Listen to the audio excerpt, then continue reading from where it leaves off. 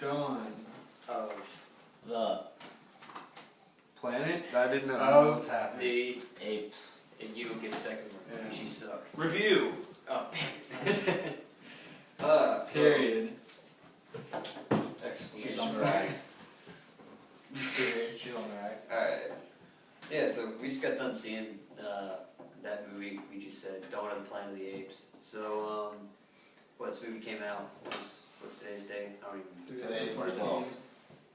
Today's Yeah, the now 12th, it's that's 12th. midnight. Well, it came out the 11th, we now it's 12, so it came out the 11th July Sure. of 2014. in the If you follow the Judeo-Christian calendar. Because if anyone from the actual Planet of the Apes, thousands of years in the future watches this. Yeah, just for documentation. Well, where's this? For people that don't know, where's this Planet of the Apes filmed in the timeline? San Francisco? This one, Timeline.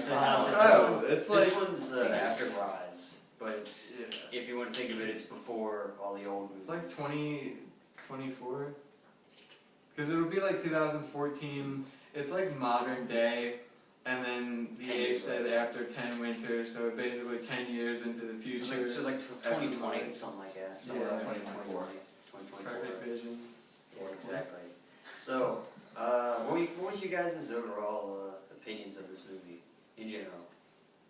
Well, We'll just go. I mean, we can kind of discuss it amongst ourselves. I mean, and whatnot. I've seen bits and pieces of like the original old school Planet of the Apes. But this is the first one I've actually sat down and watched in depth. And the action was good. The plot was good. The only complaint I really had about this movie, for me, was the pacing in some parts. It just seemed to kind of drag a little bit, or kind of spend too long on a certain point. Because, I mean, considering this is the dawn of Planet of the Apes, we know what's going to happen. Yeah. We know things are going to go bad. We know there's going to be a huge fight between the apes and the humans. Yeah, which kind of happens. It's going to. I don't know about huge, but like significant. Significant, yeah. The first real major. First real major conflict. conflict. Yeah. Yeah. But certain parts just kind of seem to drag on a little bit longer than necessary. Like at the end of the movie, like after the whole thing with Caesar goes down, it's just like, okay, we get it. Humans and apes are at war. Movie's over. And there's like an extra 5 minutes or something. Yeah. Yeah, I could agree maybe with the pacing a little bit. I mean, It was very sporadic. It's a lot more of a narrative story. It's I would definitely say more than action, even though the trailer is very misleading. And the trailer makes you think it's all about the action. But the only part that I really thought was kind of weird was just how I thought maybe the ending was just a little weird. I thought just how they played off the ending. I mean, I don't know. That's just my opinion on how. Yeah. Like I'm not even sure what I wanted. It's just weird. Yeah, I feel it just kind of ended. I don't know. Yeah. I agree with that. What's your thoughts on pacing and ending? Pacing wise, I guess it's really how much like you get into the movie. Like I've always, well not always, but I would say I'm a pretty big fan of the whole Planet of the Apes series, and this being a very good movie as it was, I was wrapped up in the entire thing, and at times, I don't know, in ways I could say maybe a hint more than it needed to be, and just in downtime in the movie, but I thought it went pretty well, and in terms of the ending, it's definitely a cliffhanger. It's definitely a setup to the next movie, but it's kind of one of those movie moments where I guess there's enough of them now that you just kind of expect, like, skip the movie moment and just kind of get to the point almost. But it was an enjoyable movie moment. The end, humans and apes, or what did you say? Apes started the war, but humans will not forgive. Yeah. Yeah. It's kind of like a It's just the setup. You're right. Typical setup, but it was good. The one thing that I definitely think that this movie did better than, I would definitely say, than any of the other movies is that it kind of broke down what would be, I guess, the species barrier that's there in all the other movies, where humans are always portrayed as evil animals. They're just out to destroy each other. And that apes are somehow better because they are free of such impulses and beliefs. But then this movie really explores how, you know, the apes and the humans aren't actually all that different at all. I mean, the main villain in terms of the apes, Koba. I mean, that he's basically doing a lot of the same stuff that you hear about in the world, like politics and things like that all the time. So it's you know, kind of destroying that. Whereas definitely in the older movies, there's this sense of ape superiority, especially throughout like the first two. Well, Planet and Apes movies. one thing that kind of threw me for a loop was right at the very beginning of the movie when you see the apes like gearing up for like some sort of like crazy conflict or whatever. I was expecting them to be attacking like a group of humans, not another group of apes. Yeah. So that was kind of cool. That's one thing that I kind of I like a little bit more about the older movies than this, is that it's in the older movies the apes are a bit more human than in this movie. I don't know how else to put it. Like the apes are, you know, they speak fluent English. You know, they have a very structured society. You know, whereas the humans are the feral ones who are acting like more tribal, more animalistic. Whereas, you know, more evolved. And I will say that could be because of the time. But I mean, like, whereas in this movie they're just smart apes instead of evolved apes. So I mean, that's just me though. Yeah. Yeah.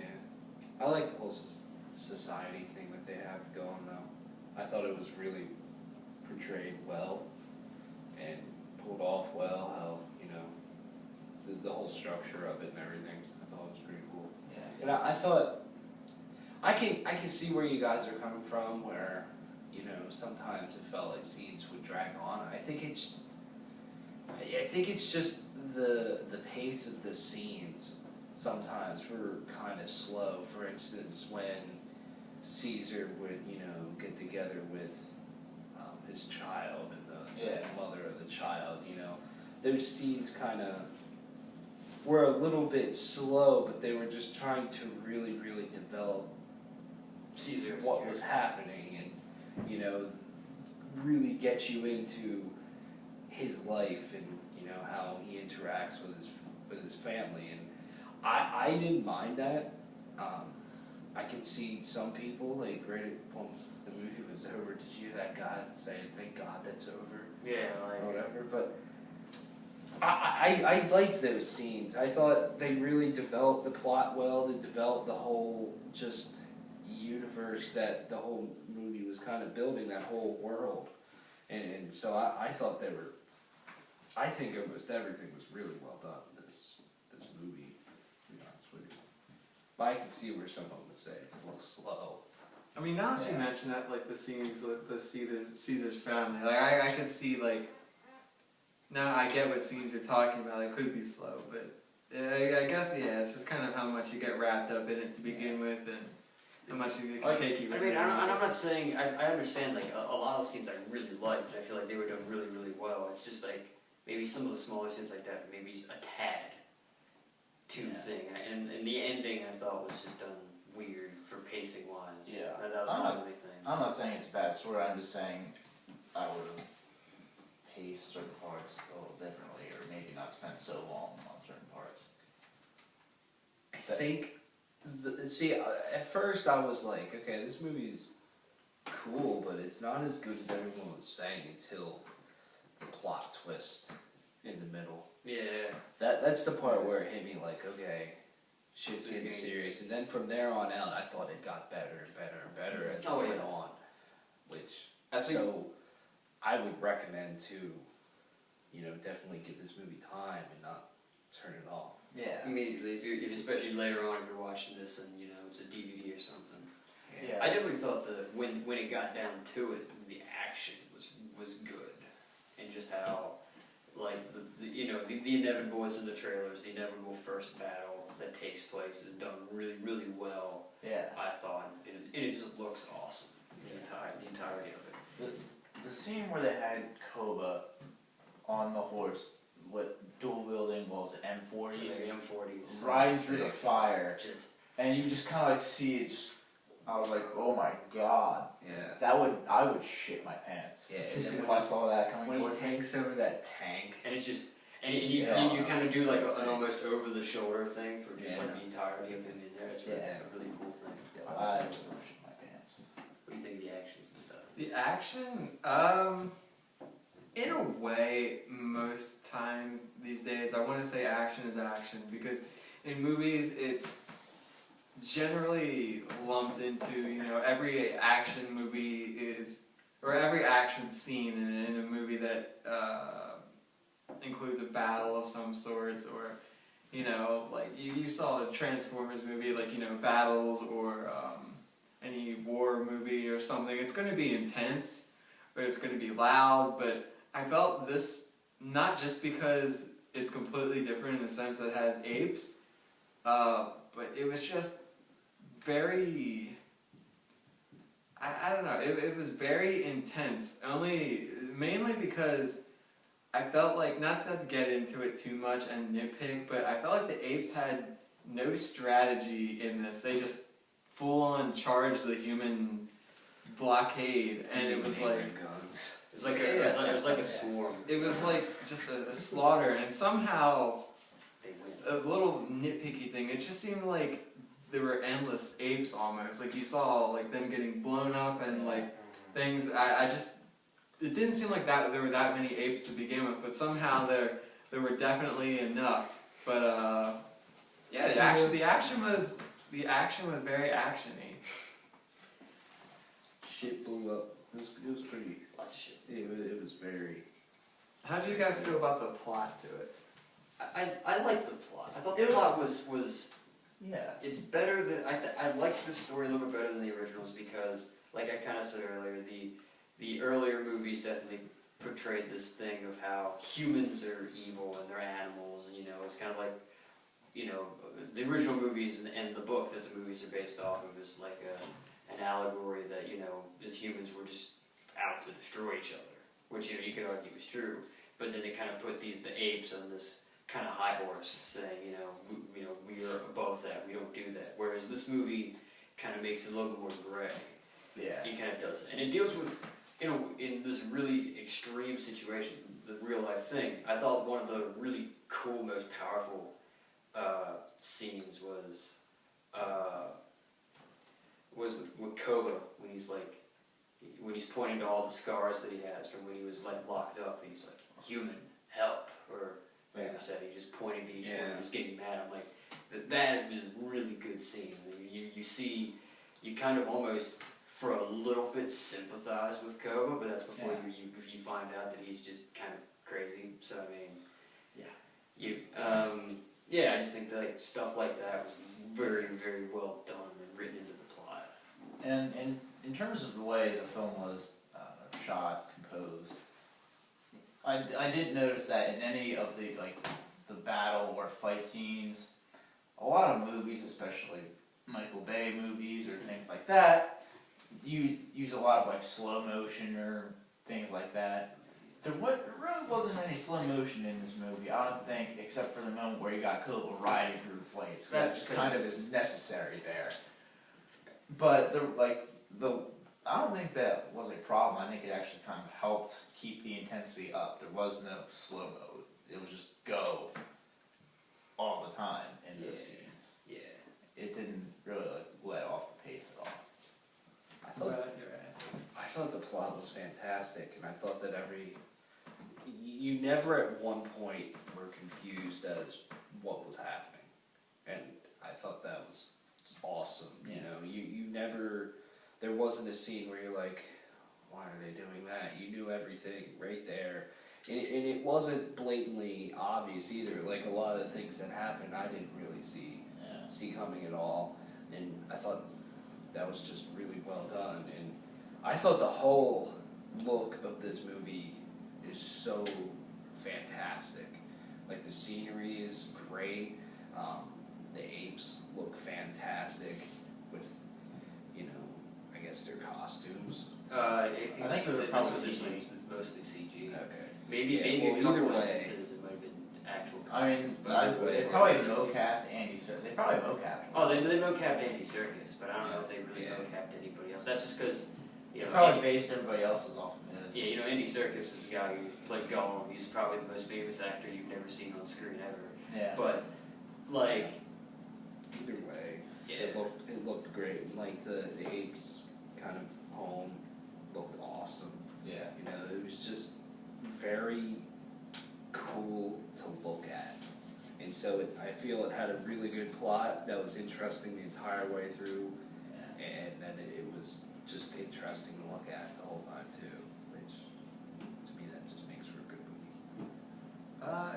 Yeah. To kind of go off what Keith is saying, yeah, about the portrayal. Definitely, the biggest leap that has kind of been established in Rise, but is there's not that sense of corniness that was in older Planet of the Apes movies because of the costumes, the acting, anything like that. There are a few, shout outs, you could say, to the older movies in ways, but it's really it defines itself as this new sort of I don't want to say prequel, but like in the middle, it kind of fits into the timeline, but in ways it sort of rewrites the timeline a little bit. But it establishes its own sort of sequence now. It's its own established sort of sub-series in a way. Yeah. But plot-wise, it's mainly, I don't think I'll be spoiling the movie too much. It's the Society of Apes, after the first, or not the first, but Rise of the Planet of the Apes, after the infection spreads through the thing to cure Alzheimer's or whatever. It doesn't affect apes, but it's known as the simian flu because it's said that apes spread it because I guess the apes started to gain intelligence and they took over and people just blamed the apes. But it's known as the simian flu, and a lot of humans, blame the apes. As you can see in one nameless character, maybe he probably had a name. He's a real douchebag. But he's part of this group that's venturing into the forest to find a dam to supply power to their town because they have no power now. And they encounter the Society of Apes, and it sort of takes off from there. There's a bit of animosity, and then a bit of coming together, and a bit of animosity. It's gaining the trust of each side. In not the most original plot, but it doesn't matter almost. But the peaceful humans that think, these are, they're not animals almost. They're more than animals, but then you have those guys like Gary Oldman who plays, I don't think I ever named his character. No, I know I have a name, I just can't remember it right now. Dickhead. Gary Oldman. Was it Dreyfus? Yeah, because I was remembering Julia Louis-Dreyfus. But, Dreyfus, something like that. He was a douche. But he's that typical, yeah, don't trust, yeah, where, don't let anyone, we have our, we are we as you are he, and No, he is she, and we are all together. yeah, they have their own objectives. They want to rebuild society. We don't need the apes coming in here and doing anything. We just, the sort of human side of things that it makes you, in a way, not like them. It leaves a bad taste in your mouth, almost. And towards the side of the apes, where Kobo really is the, in a way, the bad character of this entire movie. But it really, on behalf of, what's his name? Gary Oldman, Gary. Really, it puts this bad taste in your mouth for the humans and gets you more on the ape side, but Kobo really drives you a bit not towards the human side. You're never really on the human side, except for maybe Malcolm, because he's kind of the everyman, the middle character, the peaceful one. But you always seem to be on the side of Caesar out of whatever he does. And I'm glad they established him as a main character that you relate to constantly throughout the movie, and that you follow just like the apes follow, because he's very smart, he's very wise, and that's one thing that was pretty cool. They seem to, with the society of apes, they really seem to formulate it around native tribes, or maybe Paleo-Indian cavemen, if you will. Yeah, because I saw the witch doctor thing when I've always been interested in like first man, and it's really this cool thing that while the apes are somewhat slowly evolving, beginning to speak and using sign language, it sort of, you have that feeling of when apes first began to evolve. It's this sort of, historical thing that they have they sort of capture me with the interest in that. But it's through a series of Koba really not trusting humans, he begins to turn the apes towards the humans, and then there's a battle and some stuff happens, and Caesar, some stuff happens to him I don't want to give away, but in the end, Koba starts a battle with the humans, and there's some military coming because of the electricity from the dam that they got working. It's easy to follow, like Tyler said. It kind of, at least for me, I may be a bit biased because I really love these movies, but it really dives you into the story, it's just very submersive. The other thing is, everything makes sense. Nothing seems like it was really forced to happen. Maybe like in Godzilla, where something seemed like this has to happen so that this can happen. Where it's like, it just feels like it kind of goes. It's like, okay, yeah, they're going to do this, and okay, they give a reason. Like, if you see the first movie, you know why Koba is the way he is, in a way, and then you know why the people are afraid of the apes. Like, everything makes sense. The plot here flows more, whereas in Godzilla, they kind of held your hand and kind of like pushed the plot along. It's like, whereas plot. Here they don't tell you exactly what's going on, they give you enough to figure it out for yourself. Yeah. That's the thing, I don't think the plot is complicated at all. I think it's a very, you could say unoriginal, very basic plot, but the brilliance of this movie is that, it doesn't matter. You just go with it, and there are parts where I would nitpick a little bit, like in this one scene where Caesar is talking to his son, instead of talking to his son, Blue Eyes White Dragon, instead of using sign language like you figured that they would, because the son really hasn't spoken. Yeah. You think he might be able to, but it's not. It's nothing sure. Yeah, but for some reason Caesar is talking and his son is using sign language, so both of them using sign language, or both of them talking. You can nitpick at little things sometimes, but his son randomly talks. Yeah, it's kind of out of the blue. You can nitpick a little bit in this movie. That's the one thing. There's not a ton of nitpicking. You can nitpick, but it's something that nothing major. It's a lot of small things. Yeah, it's a lot easier to go along for the ride, I think. And that's the brilliance of this movie. Alright, scores? Well, really quick, what's your favorite scene?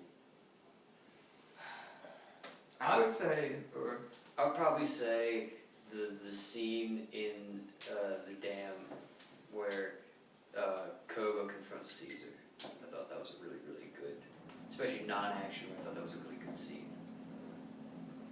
I would say from the start of the movie, where you think there's going to be some type of battle, the apes are, all gathering behind Caesar, and he has some war paint on, and it turns out they're going hunting for some sort of deer, elk, or caribou. I don't like caribou, but yeah, elk or deer, one or the other.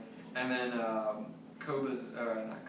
Caesar's son sort of defies him in a bit to stay put, and there's a bear attack, and Koba like comes out of nowhere and like Rambo's this bear from behind, and it's just it's sick. Like, but it's just a very like, it's not too violent or anything. It's just very intense, and I like the intensity of it. Mine was probably when they're at the dam and they come out and there's the what am I blanking? Caesar's son, and then or the other one. The little tiny baby. I don't think the baby ever had a name. Yeah. I think it was just Yeah. a baby. Well, and then he just kind of walks around and he's interacting with the humans, and then he finds, and you're like, oh, it's so cute, and then he finds the gun, and then shit just gets crazy. Yeah. It's like just the way that twisted like that, and how it did it so well, how it made you feel one thing, it made you smile, and then it's just like, oh, okay. That was my favorite scene. I don't know if it was my favorite scene, but one scene that really kind of sticks out to me was, I forget where they were at. They were in San Francisco after, I guess, the initial attack on the city. When some of the apes are starting to maybe realize Koba is a lot fucking crazier than the rest of them are. And then Ash kind of defies his order, and then he just straight up grabs him, drags him up the steps to the balcony, and just throws him off the side. Yeah. Also, really quick, the scene where Koba comes up to those two humans and is like drinking with them, and then just. Yeah, there was I thought he was gonna like rip their throats out. There was a little bit of comedy in this movie too. Yeah. Just a hair. Like, I thought Koba was just gonna grab him, just like rip their throats out, but no, he just grabs it and just boom, right in front of his friend, and it's like, oh hey, boom. Favorite character. Ah, God. Honestly, just because I feel like he was just a great character, I would say Koba. Koba's awesome. Caesar. I just liked how he was played. I would say Caesar too. Yeah, Caesar was definitely a very well done character. Alright, fine, I'm different. He was a very good a very good protagonist. Scores? I would honestly give this movie a solid like 9.2 out of 10. It was a great movie. I loved it. Yeah, I'll give it 9.5 out of 10. Yeah, I'd give it a 9.5 out of 10 as well. I don't see anything wrong with it, honestly. 9.1 out of 10. Yeah. Yeah. Is that the end of the video? That's Okay, I have to say something real quick. I want to wait till the end of the video. In the theater, there were, I counted at least 4 or 5 people that had their phones out. Not just, oh, let me check my phone real quick, maybe my baby died at home. But sitting, shuffling through their messages, shuffling through Facebook on their phone. Luke's alarm went off. You need to turn... Work third shift and then... You need to turn your he phone took care of off. Really. Yeah, but you need to turn your phones off in the theater. Don't sit there on your phone and with the brightness all the way up. Yeah. And then some people had the courtesy, if you want to call that, to turn the brightness down. When you're rows up above people and it's a slope, you can see their phones. It's very, very distracting. Don't waste your money on a movie when you just can sit home and text or whatever. If it's that important, if your baby died, take it outside. But if your baby didn't die, you have no reason to be sitting on your phone in the theater. It's very rude. I was about to say something. I was hoping this woman in front of me was going to say something because she looked feisty, but she didn't. And then, you know, she held it low enough that I didn't see it, but I know other people saw it. I saw the light. It's very rude, and just don't do it. Seriously. Next time I'm going to say something, I hope, you know, it's I hope just... you're embarrassed. Yeah, I hope you're very, very embarrassed, because someone someday is just going to yell out, put your phone away, and they're going to point to you, and everyone's going to look at you, and everyone's going to laugh at you, and then you're going to be in your underwear. But seriously, just don't do it. It's so annoying. That's it's why so disrespectful. they say in the beginning, turn your fucking phones off. Yeah. You silence yourself. You know what you should do? Nah. You should do? You should play. There were some good previews, though, so that was There's some cool. good. LeBron James, It's going alright, finally, LeBron has come back.